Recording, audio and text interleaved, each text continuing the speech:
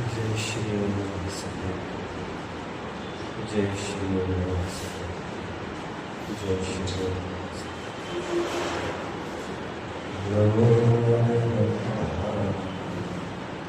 नमो सिद्धाय, नमो मायरी, नमो वज्राय, नमो सर्वसाहुल्यं, ओंकारं संयुक्तं नित्यं ध्यायन्ति योगिनः कामदमोक्षदं चैव ओंकाराय नमो नमः। अविरलसप्तधनुः प्रक्षालित सकलभूतलमलकलङ्का मुनिभिरुपासित तीर्था सरस्वती हरति नो दुरिता। अज्ञानतिमिरान्धानां ज्ञानाञ्जनशलाकया चक्षुरुन्मीलितं येन तस्मै श्रीगुरुवे नमः।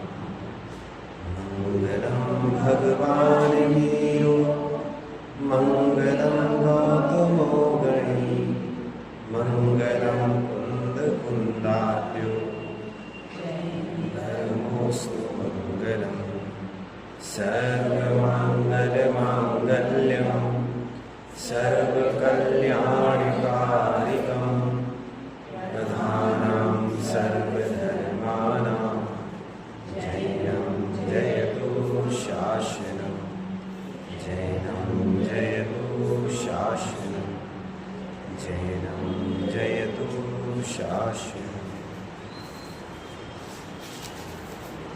निकालिए इस ग्रंथ का मंगलाचरण, निकालिए सभी। पृष्ठ क्रमांक 2 पर है।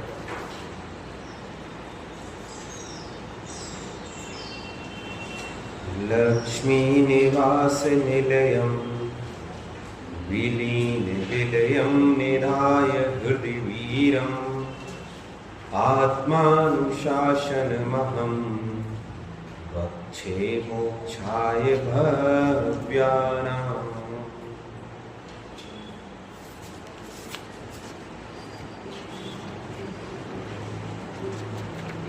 पूर्व में अनेक विषयों पर हम सभी ने चर्चा की हुई है और अभी पूर्व में आचार्य मानतुंग स्वामी के द्वारा विरचित भक्तांबर स्तोत्र का स्वाध्याय अपना चल रहा था।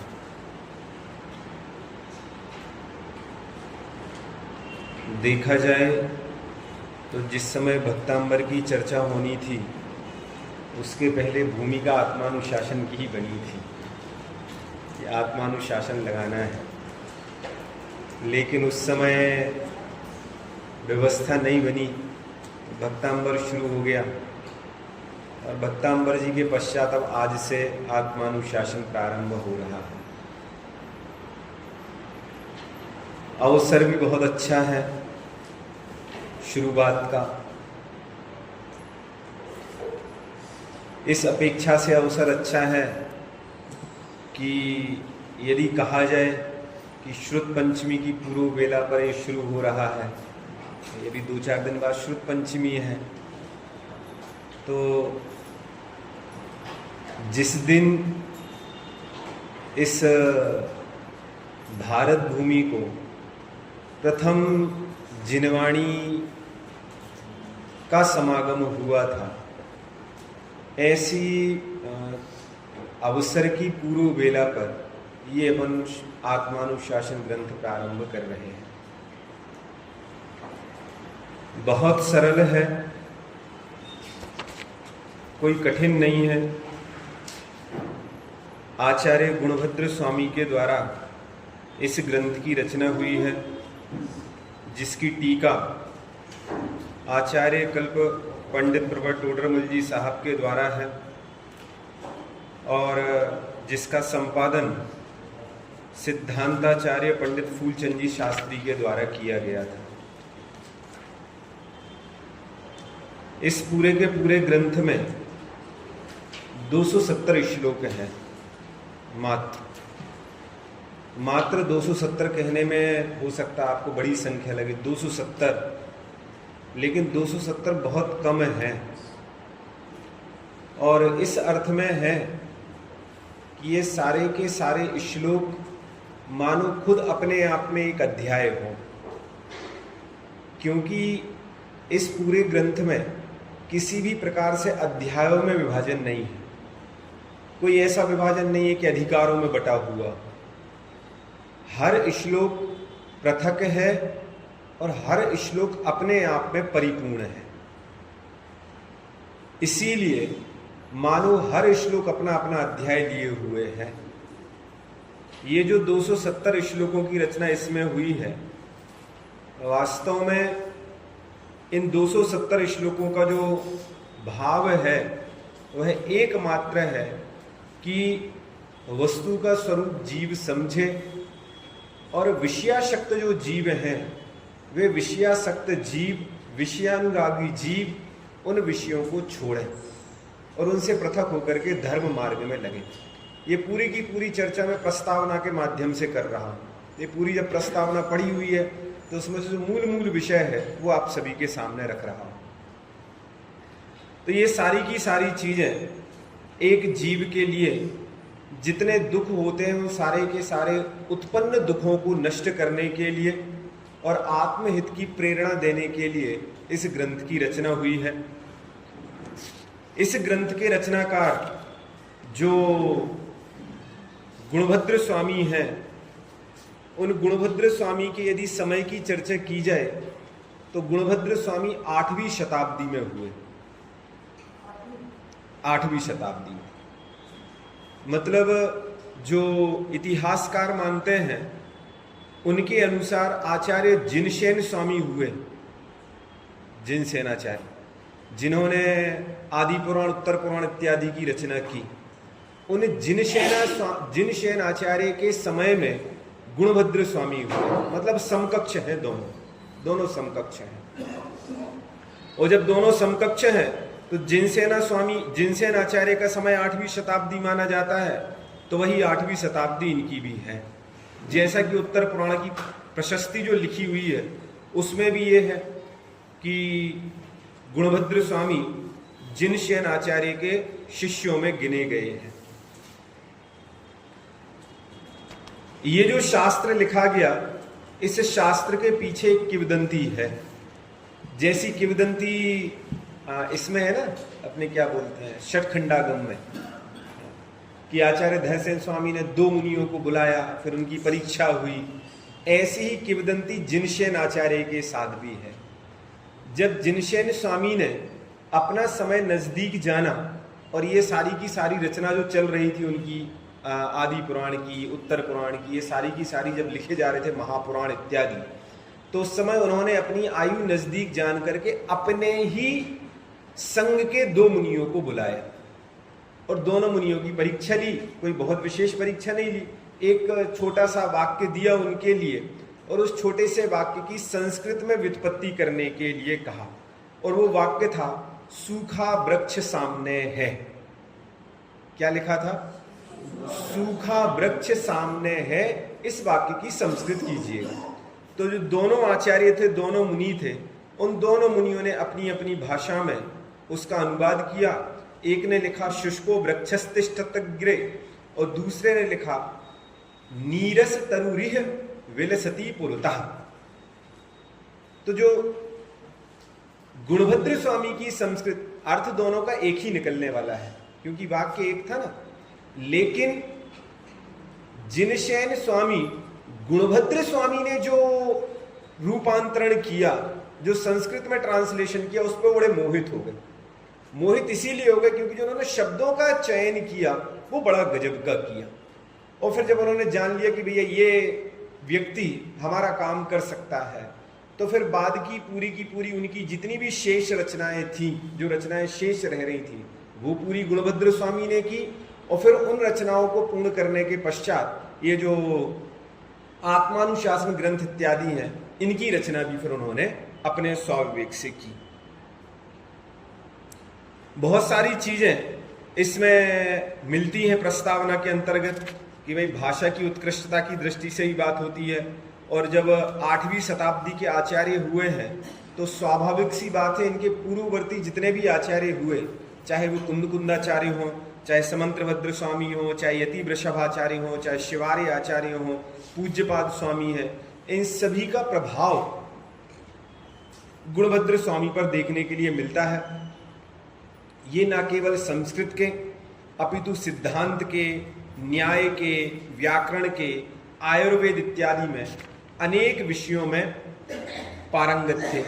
जो इनका ये आत्मानुशासन ग्रंथ है, इसमें अनेक स्थानों पर कुंदकुंद स्वामी का भी आप स्वरूप देखेंगे, समंत्रभद्र स्वामी के श्लोकों से भी परिचय प्राप्त करेंगे, पूज्यपाद स्वामी की बात भी पढ़ने के लिए हम सभी को मिलेगी।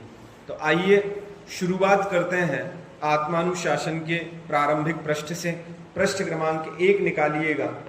ये देखो पेज नंबर 1 के पहले जितने भी ये इंडेक्स बनी ना विषय अनुक्रमणिका, ये 270 श्लोकों की प्रत्येक श्लोक में किस किस चीज का विषय रखा गया है, किस किस विषय को उन्होंने प्रतिपादित किया है, एक एक श्लोक में एक एक श्लोक की विषय वस्तु है।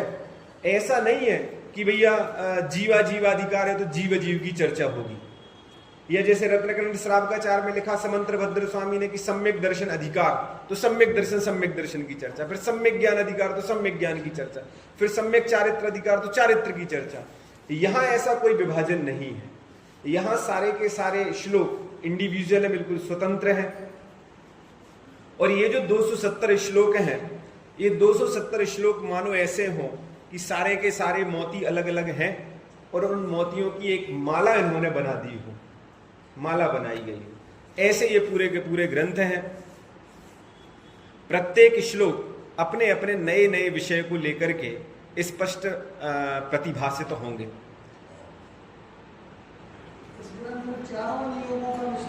सब है भाई, सब है, सभी है। अभी जब मंगलाचरण की प्रस्तावना पढ़ेंगे तो उसमें एक शब्द लिखा हुआ है टीकाकार ने कि ये जनोपयोगी है। क्या लिखा? कौन सा शब्द प्रयोग किया? जैनोपयोगी नहीं, जनोपयोगी का मतलब प्रत्येक व्यक्ति के लिए, मतलब चाहे जैन हो और चाहे जैनेतर हो, क्योंकि इस श्लोक में जीव के दुखों को दूर करके सुखी होने का मार्ग बताया हुआ है। और ना केवल आचार्य कुंद का प्रभाव दिखेगा, समंत्रभद्र स्वामी का प्रभाव दिखेगा, अपितु जो संस्कृत काव्य के भर्तहरि जैसे काव्यकार हुए हैं उनका भी इस ग्रंथ में हम सभी को उल्लेख पढ़ने के लिए मिलेगा। अर्थात नीति श्लोक, नीति ग्रंथ भी है, धार्मिक ग्रंथ भी है, आगम का भी ग्रंथ है। सारे के सारे विषयों को यहाँ इन 270 श्लोकों में उन्होंने समाहित किया हुआ है। ग्रंथ का नाम ही लिखा हुआ है आत्मानुशासन। क्या लिखा है? आत्मानुशासन का मतलब नरेंद्र भाई साहब? हाँ, आत्मा का अनुशासन। वकील साहब, आत्मानुशासन मतलब? भाई देखिए, 3 शब्द है, 3 शब्द, आत्मा, अनु और शासन। 3 शब्द है, आत्मा, अनु और शासन। यदि एक बार को हम आत्मा शब्द को अलग कर दें तो अनुशासन शब्द बचता है। और अनुशासन, अनु मतलब होता है स्वयं और शासन मतलब शासन, स्वयं पर शासन करना, स्वयं पर शासन करना, अपने आप पे दूसरों पे शासन करने में तो हमें बड़ा मजा आता है। भाई दूसरे हमारी बात माने, किसी से कुछ कहा जाए और वो हमारी बात माने तो मेरे को लगता है भाई साहब ये हमारे अनुगामी है, जिनसे हम जो हम इनसे कह देते हैं वो ये काम कर देते हैं। तो दूसरों पर शासन तो बहुत किया हुआ है। ये ग्रंथ सिखाता है अपने ऊपर शासन कैसे करना है। तो अपने ऊपर भी शासन होता है पवन भाई साहब, अपने ऊपर, हाँ भाई साहब, अपने ऊपर भी शासन होता है। हमें कैसे भाई, कैसे उठना, कैसे चलना, कैसे बैठना, क्या खाना, क्या पीना, क्या बोलना, क्या चालना, क्या ओढ़ना, क्या पहनना, ये सारी की सारी चीजें बाहरी चीजें नहीं है। हमें परिणाम कैसे करना, हमें भाव कैसे करना, हमारे विकल्प कैसे होना चाहिए, ये सारी की सारी चीजें स्वयं के अनुशासन के आगे एक शब्द लगा हुआ है, आत्मा। आत्मा मतलब मैं, आत्मा मतलब मैं। मेरे ऊपर शासन जो होने वाला है, जो मेरे ऊपर अपनी आधिपत्य चलने वाला है, उसका नाम है आत्मानुशासन। कि हम अपने ऊपर शासन कैसे करें, हम अपने आप को सुधार कैसे करें। दूसरे को सुधारने के लिए तो शासन चलो ठीक है, रोड पर सभी को दाईं साइड से बाईं साइड से चलना है, दाईं साइड से आना है, रेड लाइट पर सबको रुकना है, सारी की सारी नियमावली बनी है कि नहीं बनी। दूसरों के लिए मार्गदर्शित करने के लिए हम अपने लिए मार्गदर्शन कैसे लें।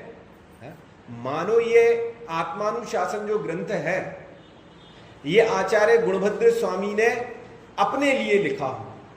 वास्तव में ये ग्रंथ तो लिखा है उन्होंने अपने मित्र के लिए। जयेश भाई साहब, गुणभद्र स्वामी ने अपने धर्म मित्र के लिए ग्रंथ लिखा है। और कैसे लिख दिया बाबूजी? वैसे ही लिखा जैसा अनुराग वारिशेण मुनिराज को था। वारिशेण ही थे ना? हाँ, वारिशेण मुनिराज को था ना पुष्प डाल से अनुराग। मित्र है, मित्र सच्चे मार्ग पे चले, पथ भ्रमित ना हो। जैसा वारिशेण मुनिराज ने अपने मित्र के लिए किया, ऐसे ही गुणभद्र स्वामी ने अपने मित्र के लिए यह ग्रंथ लिखा। सोचो, मित्र हो तो ऐसा हो।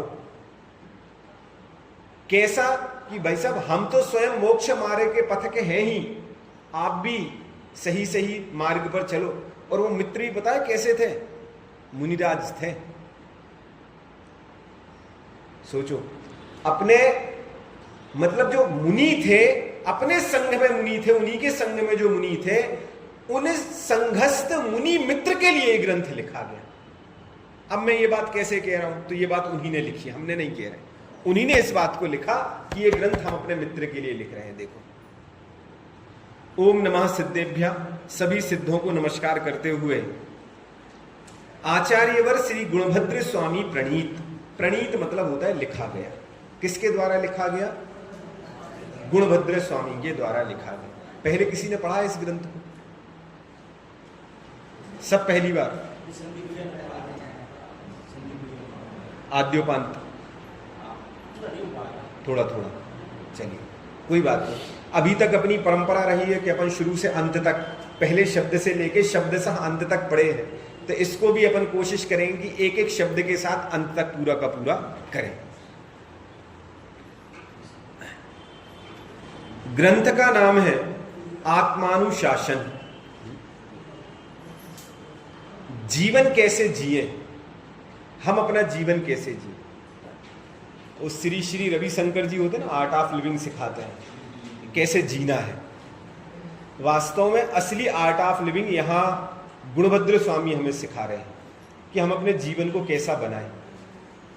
यदि हमें जीना है, जीवन जीना है, तो जीवन जीने के लिए हम अपनी दिनचर्या कैसी करें, ये यहाँ हमारे लिए सिखाया जा रहा है। आत्मानुशासन ग्रंथ का नाम है।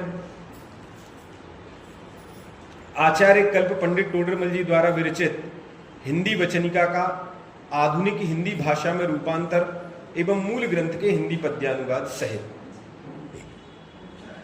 देखा जाए तो यह मूल में तो ढूंढारी भाषा में लिखी हुई टीका थी, लेकिन हिंदी रूपांतरण अभी जैसे जैसे समय बदला उसके अनुसार हिंदी रूपांतरण किया गया। सबसे पहले वचनिका का मंगलाचरण है और बड़ा अच्छा मंगलाचरण लिखा हुआ है। यहीं से अपन अपनी शुरुआत करते हैं। श्री जिन शासन गुरु नमो, नाना विध सुख का आत्महित उपदेश ते करे मंगलाचार। क्या लिखा? श्री जिन शासन गुरु नमो। नमो नमस्कार है। किसके लिए नमस्कार है? हाँ, इतने जल्दी निर्णय पे मत पहुंचा करो। श्री जिन शासन गुरु, तीनों के बीच में डैश लगा हुआ है। यदि जिन शासन एक शब्द लिखना होता तो डैश नहीं लगता बीच में। जिन अर्थात जिनेंद्र परमात्मा, शासन अर्थात जिनवाणी, जिनवाणी, और गुरु अर्थात निर्ग्रंथ मुनिराज। अब शासन मतलब जिनवाणी कैसे, शासन मतलब जिनवाणी कैसे, वाणी कैसे? तो हम सभी वीर शासन जयंती मनाते हैं। हाँ जी, है ना जी, मनाते हैं वीर शासन जयंती। क्यों मनाते हैं भाई? उस दिन से वीर का शासन प्रारंभ हुआ था। दिव्य ध्वनि वीरा खेराई आज शुभ दिन, धन्य धन्य सावन की पहली है। श्रावणवदी एकम के दिन शुरू हुई थी 66 दिन के बाद। वास्तव में ये काल, जिस काल में अभी हम बैठे हैं, जिस काल में हम चल रहे हैं, वो काल था जिस समय मौन वाणी खिल रही थी। वो समय है ये। अभी श्रावण का महीना आएगा कितने दिन बाद?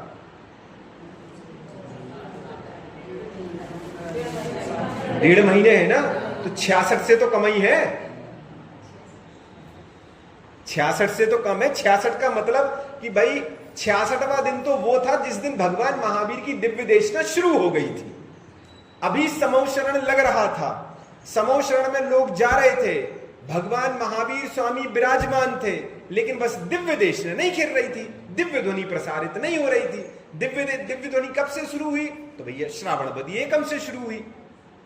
तो वो जो जिस दिन से जिनेंद्र भगवान की देशना शुरू हुई, उस दिन से भगवान का शासन शुरू हुआ। अन्यथा की दृष्टि में किसका शासन चल रहा था? पार्श्वनाथ भगवान का शासन चल रहा था। भाई पार्श्वनाथ भगवान की दिव्य देशना तक चली, उनका शासन चला। फिर जब भगवान महावीर की दिव्य देशना शुरू हुई तो भगवान महावीर का शासन शुरू हो गया, और आज तक भगवान महावीर का शासन चल रहा है। क्यों? क्योंकि जितनी भी वाणी हमारे पास है वो भगवान महावीर की वाणी है। भगवान महावीर के द्वारा जो दिव्य देशना प्राप्त हुई है, वो भगवान महावीर की दिव्य देशना हमारे पास तक आज तक चली आ रही। इसीलिए अपन कहते हैं कि किसके? शासन नायक भगवान महावीर स्वामी की जय। शासन उनका चल रहा है। तो शासन मतलब होता है वाणी। 3 चीजें हो गई, श्री जिन, शासन और गुरु। नमो नमस्कार हो। क्यों नमस्कार हो? इसीलिए नमस्कार हो क्योंकि नाना विध सुखकार, नाना अर्थात अनेक प्रकार के, सुखकार सुख देने वाले, सुख करने वाली है। वो जो देव शास्त्र गुरु है ना, वे देव शास्त्र गुरु इस जीव के लिए सभी प्रकार के सुखों को देने वाली हैं। ये बात बड़ी अच्छी बता दी आपने हमारे लिए कि सारे के सारे सुख मिल जाएंगे। हाँ, सुख, सारे के सारे सुख मिलेंगे बाबूजी। विडंबना यह है, जब हम अपने सुख की कल्पना करते हैं तो हमें सुख क्या दिखाई देता है? भोग विलासिता, पंचेंद्रिय के भोग। लेकिन यहाँ पंचेंद्रिय के भोग की बात नहीं है भैया, पंचेंद्रिय के भोगों की बात नहीं चल रही। तो कौन से सुख की बात चल रही है? यहाँ सुख की बात चल रही है, आत्म हित उपदेश ते करें मंगलाचार। कौन सा सुख मिलेगा हमारे लिए? हमारे लिए मिलेगा आत्महित का उपदेश। आत्महित का उपदेश। पंडित दौलत राम जी साहब ने लिखा ना, आत्म को हित है सुख सो सुख, आकुलता बिन कहिए। आत्मा का सुख किस चीज में है? निराकुलता में है, और वो निराकुलता यहां मिलने वाली है हमारे लिए, वो चीज मिलेगी। इसीलिए ये पंक्ति लिखी है कि आत्म हित उपदेशते। और जो जीव इसको सुनता है, किस लिए सुनता है? तो लिखा आत्महित। किसके लिए? हमारा हित किस चीज में है? दौलत राम जी साहब ने लिखा, ताही सुनो भवी मन थेरे आन, जो चाहो अपनो। जो जीव अपना कल्याण चाहता है वो सुनो इसको, वो सुने। ऐसे ही यहां बात लिखी कि आत्म हित उपदेश दें, कि जो अपनी आत्मा का हित चाहता है जो अपना हित चाहता है उसके लिए उपदेश तय, ये उपदेश है, ये सारा का सारा उपदेश है। और यही उपदेश करे मंगलाचार, ऐसी भावना के साथ ही मंगलाचरण किया गया है।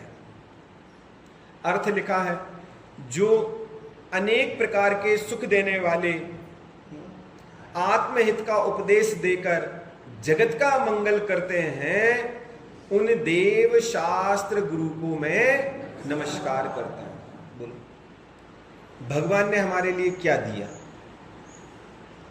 सामान्य सा प्रश्न है, भगवान ने हमें क्या दिया जयेश्वर से? आत्महित का उपदेश दिया है। उन्होंने हमें राग रंग की बातों का उपदेश नहीं दिया, उन्होंने हमें इस बात का उपदेश नहीं दिया भाई साहब कि आप पैसा कैसे कमाओगे, या पैसे कमाने की कला क्या है, या विषय भोग की वस्तुओं को बढ़ाने की कला क्या है, कैसे आप बढ़ाओगे। ना जी भाई साहब, ये सारी की सारी चीजें तो ऐसी चीजें हैं कि जो आज है और कल खत्म हो जाएंगी, क्षणिक है, क्षणिक। और यदि शाश्वत कोई सुख है तो वो मोक्ष का सुख है। और मोक्ष का सुख कैसे मिलेगा? तो जो जीव अपनी आत्मा के हित करेगा, जो जीव आत्महित में लगेगा, वो जीव उस मार्ग को प्राप्त कर लेगा। ना केवल उस मार्ग को प्राप्त करेगा, अपितु उस पद को भी प्राप्त कर लेगा। एक सवैया के माध्यम से भी मंगलाचरण लिखा है। ये वास्तव में दोनों मंगलाचरण टीकाकार के द्वारा लिखे गए, जिन्होंने भाषा वचनिका लिखी टोडरमल जी साहब ने, उनके द्वारा ये लिखा गया। देखो सवैया है, पढ़ते हैं एक बार। सो है जिन शासन में आत्मानुशासन श्रुत, जाकी दुख हारी सुख कारी साची शासना, जाको गुण भद्र करता गुण भद्र जाको जानी, भद्र गुण धारी भव्य करत उपासना। ऐसे सार शास्त्र को प्रकाश अर्थ जीवनी को, बने उपकार नाश मिथ्या भ्रम वासना।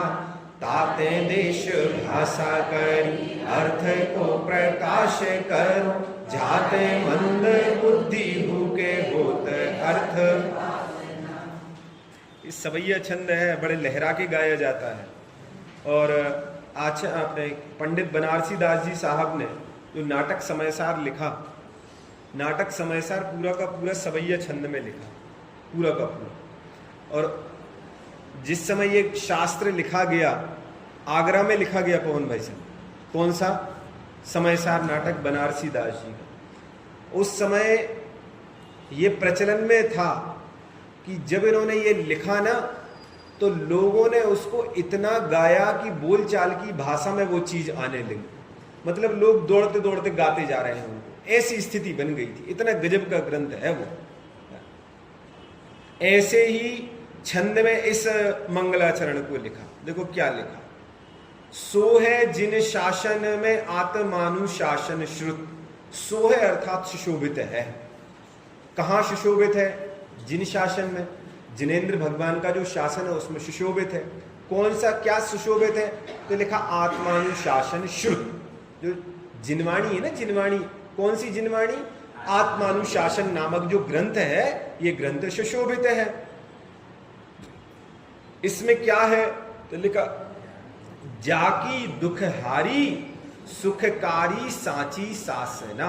सासना मतलब होता है उपदेश। कौन सा उपदेश दिया है?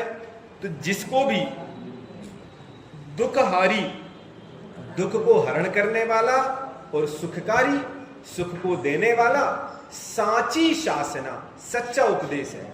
कोई मिथ्या उपदेश नहीं है, कोई लाग लपेट नहीं है। जैसी बात गुणभद्र स्वामी ने कही है, और ना केवल गुणभद्र स्वामी ने कही है, जो बात उन तक आई हुई है भगवान महावीर से, जैसी बात उन्होंने आई वैसी बात उन्होंने लोगों के लिए बताई। तो वैसी की सारा का सारा सच्चा उपदेश है। अब देखो क्या गजब की पंक्ति लिखी। जाको गुण भद्र करता गुण भद्र जाको जानी। क्या कहा?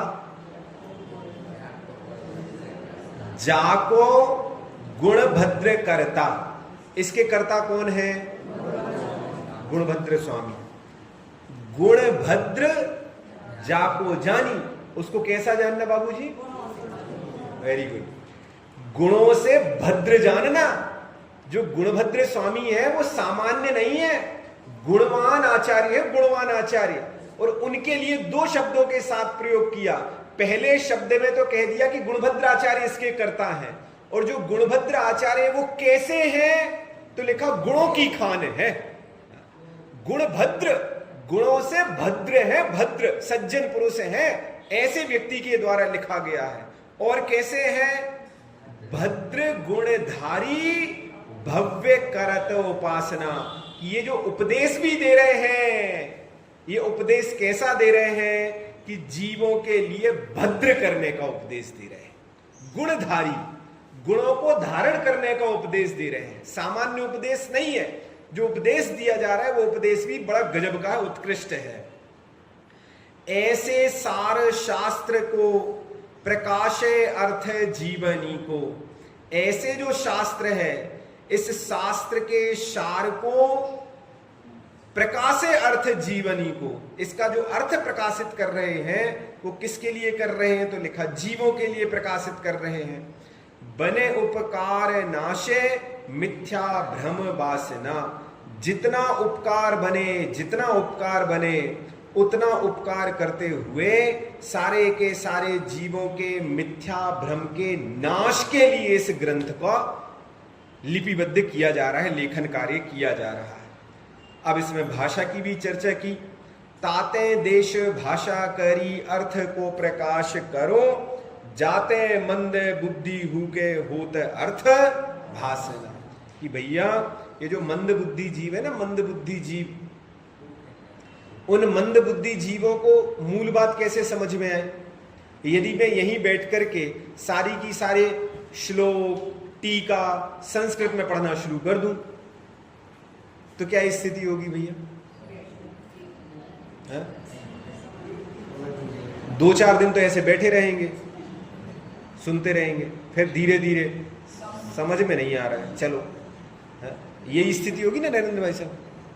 तो इसीलिए आज से 200-250 साल पहले जब परिस्थिति बनी कि भाई ग्रंथों के लिए पढ़ने के लिए जिस भाषा में हो, भाई आज यदि ढूंढारी भाषा में भी चले तो वो भी समझ में ना आए, तो आज की भाषा हमारी हिंदी है, तो हिंदी भाषा में भाई इस चीज को रूपांतरित किया गया ताकि लोगों की बात समझ में तो आ जाए, मूल बात कि समझाना क्या चाह रहे हैं। गुणभद्र स्वामी ने ये जो 270 मोती निकाल करके, अपने ज्ञान से 270 मोती निकाल करके जो रखे हुए हैं, उन मोतियों में कितनी चमक है, कितने बहुमूल्य है वो मोती, ये समझ में कैसे आए? जब उनको हम हाथ में लेंगे, उनको सामने से देखेंगे और उनके स्वरूप का अवलोकन करेंगे, तब उनकी महिमा आएगी कि भाई साहब एक एक मोती है कितना बहुमूल्य।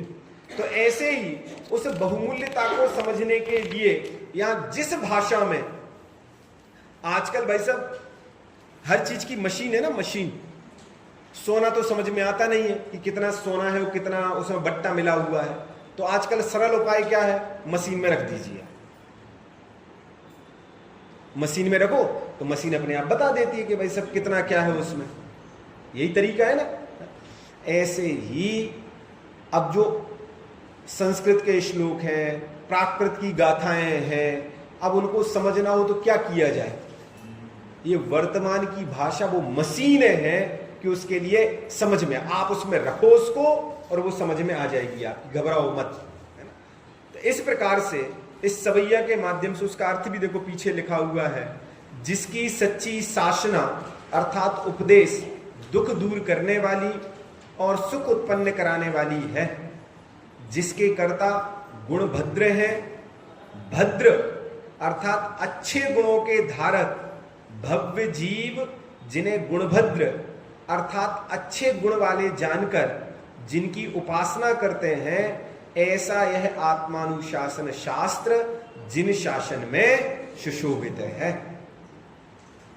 यह सारभूत शास्त्र जीवों को वस्तु स्वरूप का ज्ञान करा के उनकी मिथ्या भ्रमरूप वासना का नाश करा के उनका उपकार करता है। किनका उपकार करता है? किनका?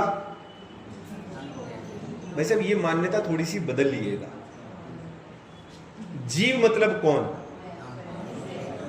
यदि हम ये कहेंगे ना कि जीवों का उपकार करता है राकेश भाई साहब, तो हमें लगे होंगे कोई दूसरे जीव जिनका उपकार होना है ना? नहीं भैया, हमें अपना उपकार करना है।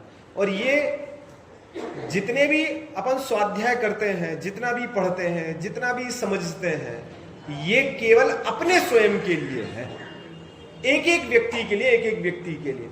ये मत सोचिए कि मैं आपके लिए समझा रहा हूं, नहीं भाई साहब, आप अपने लिए समझ रहे हैं, मैं अपने लिए समझ रहा हूं। हम आपको समझाने का केवल एक माध्यम है। आप जितना समझेंगे आप समझेंगे, जितना हम अपने ज्ञान से समझेंगे हम अपने ज्ञान से समझेंगे, लेकिन समझने के लिए दोनों बैठे हुए हैं। और जब जीव की बात चलती है तो जीव की बात मतलब हम और आपकी बात, हम आपके उपकार के लिए बात है शैलेंद्र भाई साहब, हम और आपके उपकार के लिए। जीवों को वस्तु स्वरूप का ज्ञान करा के, उनकी मिथ्या भ्रम वासना का नाश करा के, अभी तक हम तो इसी चीज में पड़े हुए हैं, ये मैं कर रहा हूं, इसका कर्ता मैं हूं, मैंने भोजन कर लिया है, मैं दुकान गया हुआ था, मैं बाजार गया हुआ था, मैंने अपने बच्चों को स्कूल में एडमिशन करा दिया है, मैंने ये कर लिया, मैंने वो कर लिया, हमने सब करा दिया, हमने सारी व्यवस्था कर दी है। मैं और हम के बाहर तो हम निकल ही नहीं पाते हैं। और जब मैं और हमसे हम के बाहर नहीं निकल पाते हैं तो ये अहम बुद्धि तो हमारी टूटी ही नहीं अभी तक, कर्तृत्व बुद्धि तो खत्म ही नहीं हुई। अभी भी हम अपने आप को कर्ता मान करके बैठे हुए, मैं कर रहा हूं, मैं कर रहा हूं, मैं कर रहा हूं, मैं ही करता हूं, मैं ही करने वाला हूं। तो जब ये जो भ्रम बुद्धि है, जब तक ये भ्रम बुद्धि नहीं टूटेगी तब तक कैसे काम बनेगा? ये जो पंक्ति लिखी ना, मिथ्या भ्रम रूप वासना का नाश करा के, इस मिथ्या भ्रम का नाश कराना है कि भाई साहब मैं किसी का कर्ता नहीं हूं। लग गया बोर्ड अपना पीछे, देखो इस पर लिखी होगी एक पंक्ति, कहां गई?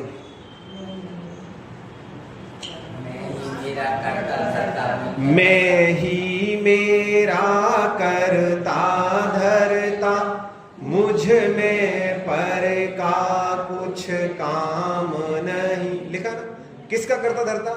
मैं किसका करता हूं? दूसरे का नहीं भाई साहब, मैं अपने आप का हूं, मैं दूसरे का करता नहीं हूं, मैं केवल अपने आप का करता हूं और किसी भी दूसरे द्रव्य का, तत्व का करने वाला मैं नहीं हूं। इसीलिए ये जो बात कही गई है, ये बात इसी भ्रम को तोड़ने के लिए कही है कि मैं भाई साहब दूसरे का करता नहीं हूं, मैं केवल अपना करता भोगता हूं, मैं अपना स्वयं का करने वाला हूं।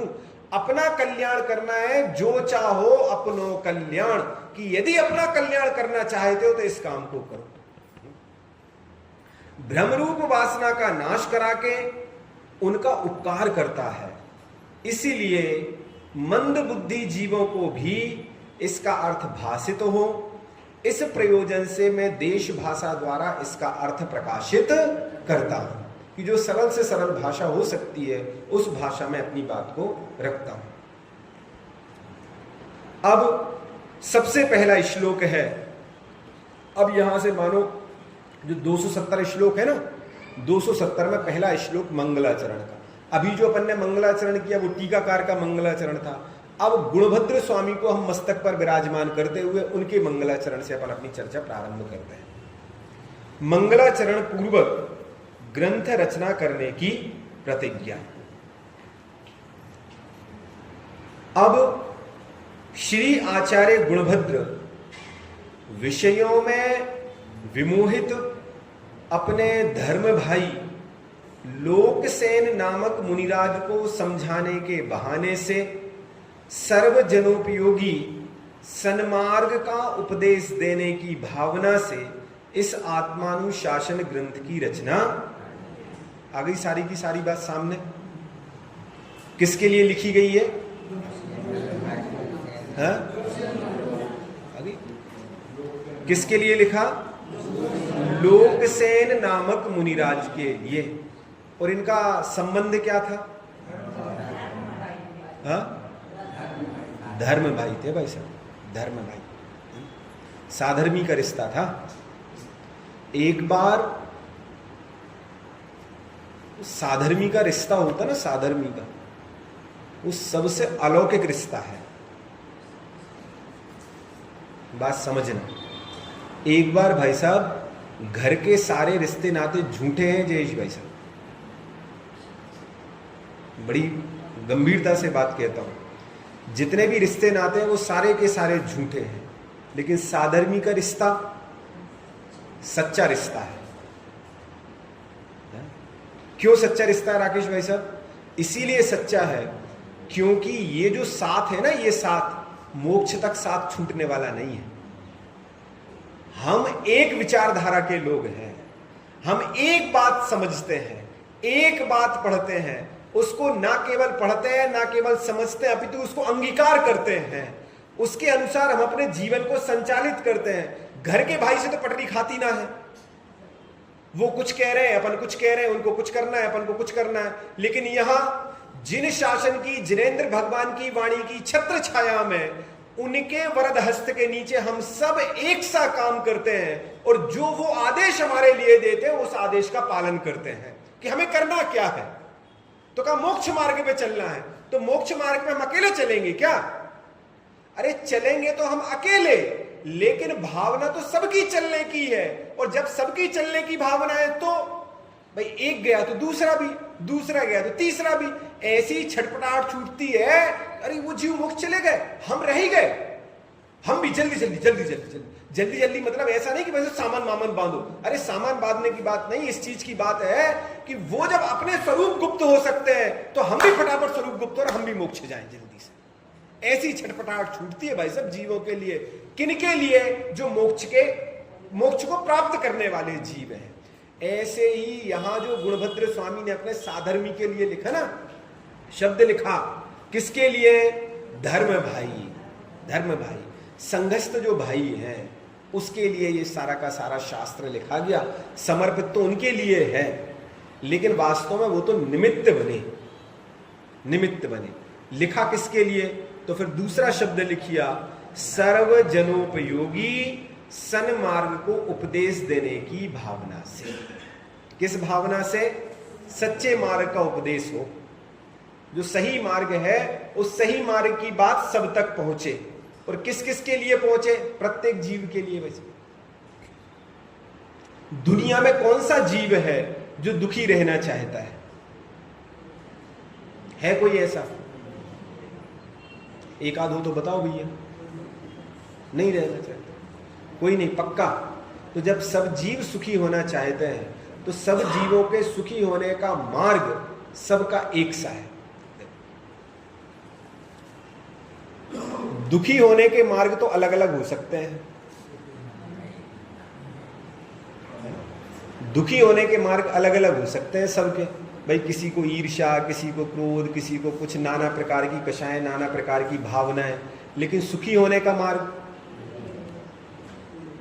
सम्यक दर्शन ज्ञान चारित्राणी, वैसा मोक्ष मार्ग तो एक ही है, सुखी होने का मार्ग तो एक ही है।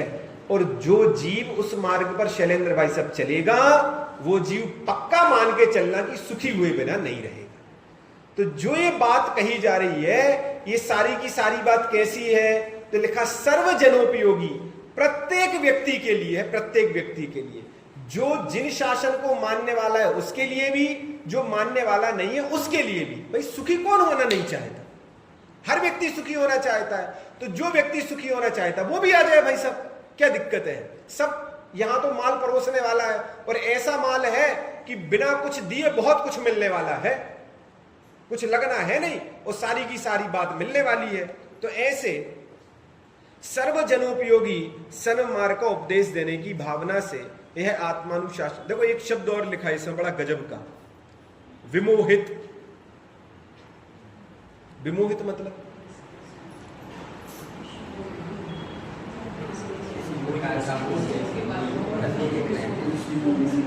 देखो दो, एक तो शब्द पढ़ते अपन विषयासक्त, है ना? विषयासक्त का प्रयोग नहीं किया, विषयों में आसक्त नहीं है, पंचेंद्रिय के विषय भोगों में आसक्त नहीं है। विमोहित, विमोहित का मतलब यह है कि भाई साहब पूरा मोह अभी छूटा नहीं है। सांसारिक तो छूट गया, निर्गंथ अवस्था है, सारी की सारी बातें हैं, परिग्रह छूट चुका है, सब छूट गया। लेकिन जैसे वो पुष्प डाल थे ना, मुनिराज तो वे भी थे ना, लेकिन फिर भी कुछ ना कुछ राग चल रहा था। ऐसी स्थिति यहां है कि भाई मोह अभी पूर्ण रूप से छूटा नहीं है। तो उस जब मोह नहीं छूटा है तो उस मोह को समाप्त करने के लिए यहां एक एक श्लोक के माध्यम से उनको समझाने का प्रयास किया जा रहा है। सर्वप्रथम शास्त्र की निर्विघ्न समाप्ति आदि अनेक फलों की भावना से मंगलाचरण के रूप में इष्ट देव को नमस्कार करते हुए लक्ष्मी इत्यादि सूत्र की रचना करते हैं, जो इस प्रकार है। सबसे पहले मंगलाचरण करते हैं, और मंगलाचरण वास्तव में किया ही इसीलिए जाता है कि जो भी कार्य किया जा रहा है उसकी निर्विघ्न समाप्ति हो सके। आजकल तो हर चीज का मुहूर्त करते, मुहूर्त किस लिए करते मुहूर्त?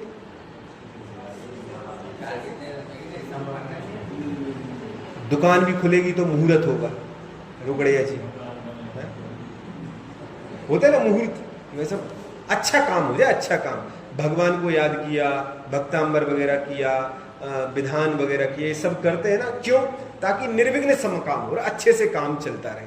घर का मुहूर्त करते हैं, नींव खोदते तो मुहूर्त करते हैं, मंदिर में तो शिलान्यास इत्यादि करते ही करते हैं, वो तो सब होता है। लेकिन अब तो महिला संगीत भी करना है तो उसका भी मंगलाचरण कर लो पहले, कम से कम ब्रह्मोकार मंत्र तो पढ़ लो कि अच्छे से हो जाए। यहां तो भाई साहब जिनेंद्र भगवान के जो बात है वह जीवों तक पहुंचाने की बात है, ये कोई सामान्य काम नहीं है। तो जब सामान्य नहीं है तो उसका मंगलाचरण तो वैसे ही होगा ना, उसी रूप में। गुणभद्र स्वामी ने जो मंगलाचरण किया होगा वो तो उसी रूप में होगा। तो ग्रंथ की समाप्ति के लिए मंगलाचरण वास्तव में शास्त्रकार इसीलिए ही करते हैं कि भाई सब ग्रंथ की निर्विघ्न समाप्ति हो सके, किसी भी प्रकार से कोई परेशानी ना हो। और इसी भावना से ही यहाँ गुणभद्र स्वामी ने मंगलाचरण किया। समय तो अपना हो गया है, लेकिन मंगलाचरण तो जरूरी पड़ेंगे आज, भले इसकी व्याख्या कल करें। लक्ष्मी निवास निलयम विलीन विलयम निधाय हृदि वीरम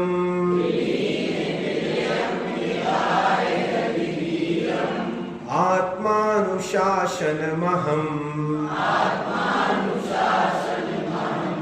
वक्षे मोक्षाय भव्यानां